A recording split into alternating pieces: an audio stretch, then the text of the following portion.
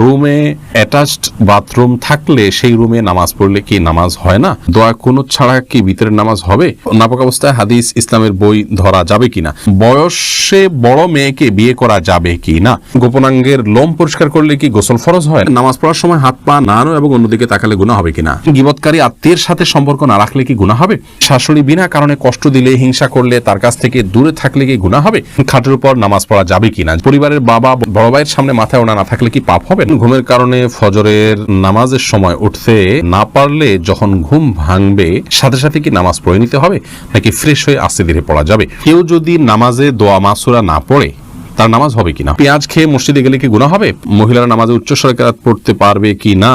হারানো টাকা কি করব? মালিককে অনেক খোঁজাখুঁজির পরেও পাই নাই। আপনি জানতে চেয়েছেন কেউ যদি নামাজে দোয়া মাসুরা না পড়ে তার নামাজ হবে কিনা? হয়ে যাবে। দোয়া মাসুরা পড়া এটা ফরজ বা ওয়াজিব নয়। তাওহীদুল ইসলাম সজীব জানতে চেয়েছেন গোপনাঙ্গের লোম পরিষ্কার করলে কি গোসল ফরজ হয়? না, এর সাথে গোসল ফরজের কোনো সম্পর্ক নাই। বড়জোর অজু করে নেবেন, পরিষ্কার পরিচ্ছন্ন হবেন। মহিলারা নামাজে উচ্চস্বরে কেরাত পড়তে পারবে কি না এটা জানতে চেয়েছেন মেঘ রহমান। আপনি মহিলারা উচ্চস্বরে নামাজে কেরাত পড়বেন না, তবে ঘরে যখন নামাজ পড়বেন রাতের নামাজগুলো গুনগুনিয়ে তারা অবশ্যই আদায় করতে পারবেন। এরপরে সুইটি আহমেদ জানতে চেয়েছেন গীবতকারী আত্মীয়ের সাথে সম্পর্ক না রাখলে কি গুনাহ হবে? গীবতকারী আত্মীয়ের সাথে সম্পর্ক যদি কেউ না রাখেন তাহলে সেক্ষেত্রে অবশ্যই গুনাহ হবে, কারণ গীবত করার কারণে কারোর সাথে সম্পর্ক ছিন্ন করা যাবে না। তিনি অপরাধ করছেন, অপরাধীর সাথে সম্পর্ক ছিন্ন করার নির্দেশ ইসলাম দেয়নি যদি তিনি রক্ত সম্পর্কে আত্মীয় হন। হ্যাঁ, আপনি তার সাথে গীবতের মজলিসে যোগদান করবেন না, সেটিকে অ্যাভয়েড করবেন, কিন্তু সম্পর্ক ছিন্ন করা, তার সাথে যোগাযোগ না রাখা, এটা করা উচিত নয়। এটা অতিরঞ্জন হবে, বাড়াবাড়ি হবে, এবং আত্মীয়তার সম্পর্ক রক্ষা করা অনেক গুরুত্বপূর্ণ বিষয় ইসলামে। জোবেদা খানম আপনি জানতে চাইছেন শাশুড়ি বিনা কারণে কষ্ট দিলে, হিংসা করলে, তার কাছ থেকে দূরে থাকলে কি গুনাহ হবে? দূরে থাকা বলতে আপনি তাকে অ্যাভয়েড করে চললেন, অবশ্যই আপনি এটা করতে পারেন, অসুবিধা নেই, কিন্তু একদম সম্পর্ক ছিন্ন করে ফেলা উচিত নয়। সবর জিনিসটা কেন? আপনি অনেক সময় অনেক থেকে কষ্ট পাবেন, কিন্তু তার সাথে সম্পর্ক ছিন্ন না করে কষ্টকে সয়ে নেবেন, এর মাধ্যমে আল্লাহর কাছে আপনি আজর পাবেন। তবে অবশ্যই আপনার ধৈর্যের বাইরে চলে গেলে আপনি তাকে অ্যাভয়েড করতে পারেন। ইসমাইল দেওয়ান জানতে চেয়েছেন পেঁয়াজ খেয়ে মসজিদে গেলে কি গুনাহ হবে? পেঁয়াজ বলতে কাঁচা পেঁয়াজ যদি খান, কাঁচা পেঁয়াজ খেয়ে সেই অবস্থায় মসজিদে যাওয়া নিষেধ, হাদিসে স্পষ্ট নিষেধ আছে। তার কারণ হলো মসজিদে ফেরেশতা থাকে, অন্য মানুষরা আছেন, কাঁচা পেঁয়াজ খেলে মুখে দুর্গন্ধ হয়, সেই দুর্গন্ধ নিয়ে মসজিদে গেলে আশপাশের লোকদের কষ্ট হবে, ফেরেশতাদের কষ্ট হবে, সেজন্য হাদিসে নিষেধ আছে। অতএব কাঁচা পেঁয়াজকেও খাওয়ার পর ভালো করে মুখের দুর্গন্ধ দূর করে, সেটি অন্য কিছু খেয়ে হোক, ব্রাশ, মেসওয়াক ইত্যাদি হোক, যেভাবে হোক, অন্য কোনো উপায়ে মুখের দুর্গন্ধ দূর করে তারপর তিনি মসজিদে যাবেন না। এরপরে মাজাহুল ইসলাম জানতে চেয়েছেন হারানো টাকা কি করব? মালিককে অনেক খোঁজাখুঁজির পরেও পাই নাই। যদি পরিমাণ অনেক অল্প হয়, আপনি গরিব হলে আপনি নিজে খেয়ে ফেলতে পারেন অথবা অন্য কাউকে দান করে দিতে পারেন। আর যদি অনেক বেশি হয় তাহলে যথেষ্ট খোঁজাখুঁজি করার পর, যথাযথ উপায়ে খোঁজাখুঁজি করার পর, বিজ্ঞপ্তি দেওয়ার পর, আশেপাশে ঘোষণা দেওয়ার পর কোনোভাবে পাওয়া না গেলে, পাওয়ার আশা ছেড়ে দিলে আপনি এই টাকাটা কোনো গরিব দুঃখীকে দান করে দিতে পারেন। আপনি নিজে অভাবী হলে আপনি নিজেও এটা ভোগ করতে পারেন, তার পক্ষ থেকে সবটা তার পক্ষে যুক্ত হবে ইনশাআল্লাহ। বিপ্লব জিয়াম আপনি এডি থেকে জানতে চেয়েছেন আইসক্রিম খাওয়া কিংবা বৃষ্টিতে ভেজার পর ঠান্ডা লেগেছে এমন কথা বললে কি শিরক হবে? সরাসরি এটাতে শিরকে আকবর হবে না, কিন্তু এগুলো যদি এমনভাবে বলেন যে আইসক্রিম খাওয়াতেই হয়েছে, বৃষ্টি ভেজার কারণেই হয়েছে, খুব স্ট্রেস দিয়ে, বা এমনভাবে বললেন যে বোঝা গেল যে এটাই মূল কারণ, একমাত্র কারণ আপনি নির্দিষ্ট করে দিচ্ছেন, ফিক্স করে দিচ্ছেন, এরকম বললে সেটা শিরকে আসগর হবে, ছোট শিরক হবে, যেটি অ্যাভয়েড করা উচিত বা বর্জন করা উচিত। বৃষ্টি ভিজলাম, এর পরেই ঠান্ডা লেগেছে, আল্লাহ ভালো জানে, হয়তো এই কারণেই হয়েছে, এরকম বলা যেতে পারে। লামিয়া সুলতানা জানতে চেয়েছেন পরিবারের বাবা বড় ভাইয়ের সামনে মাথায় ওড়না না থাকলে কি পাপ হবে? না বোন, পাপ হবে না। আপনার বড় ভাই বা বাবার সামনে মাথার ওড়না না থাকলেও পাপ হবে না, কিন্তু ফিতনার এই যুগে যথাসম্ভব আপনি মাথার উপরে ওড়না বা কিছু দিয়ে রাখতে পারলে ভালো, কিন্তু আপনার চুল দেখা গেলে অবশ্যই পাপ হবে না, কোনো অসুবিধা নেই। মোহাম্মদ তানভীর জানতে চেয়েছেন বয়সে বড় মেয়েকে বিয়ে করা যাবে কি না? অবশ্যই করা যাবে। বয়সে আপনার চাইতে আপনি যাকে বিয়ে করবেন তার বয়স যদি বেশি হয়, বিয়ে করাতে কোনো অসুবিধা নেই।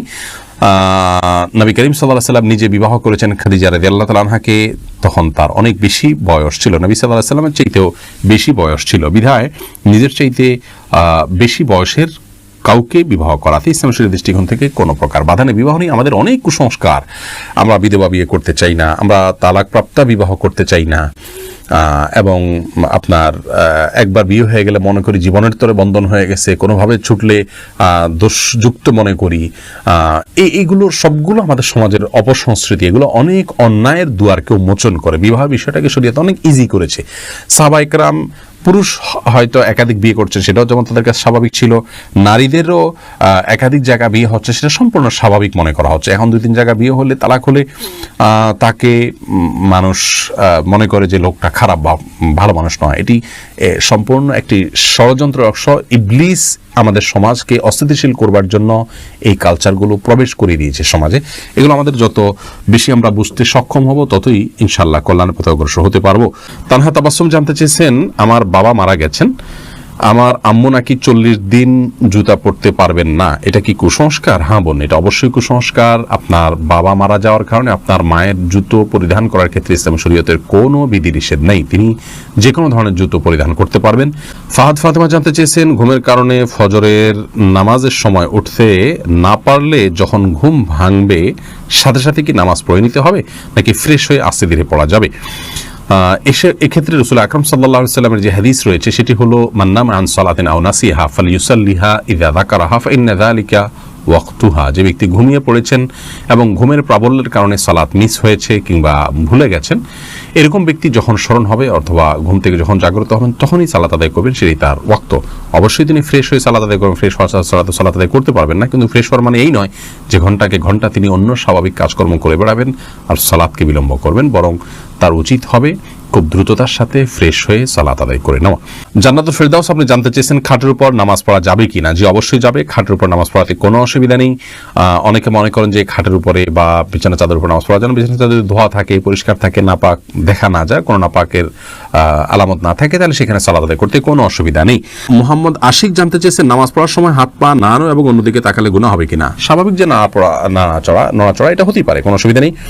অন্যদিকে তাকানো বলতে একদম আপনার ডানে বামে ঘুরিয়ে ফিরিয়ে বা চুরি করে যেটাকে তাকানো বলে, এভাবে তাকানো তো অবশ্যই দোষের। কিন্তু আপনার যে দাঁড়ানোর এরিয়া, এর ধারে কাছের যে জায়গাগুলো, কথা কয়েক হাতের জায়গাগুলো দেখা যায় চোখের এরিয়াতে চলে আসে, ইচ্ছাকৃতভাবে তাকিয়ে থাকা অনুচিত, কিন্তু চোখের এরিয়াতে চলে আসে, সেটি দোষের কোনো কারণ নয়।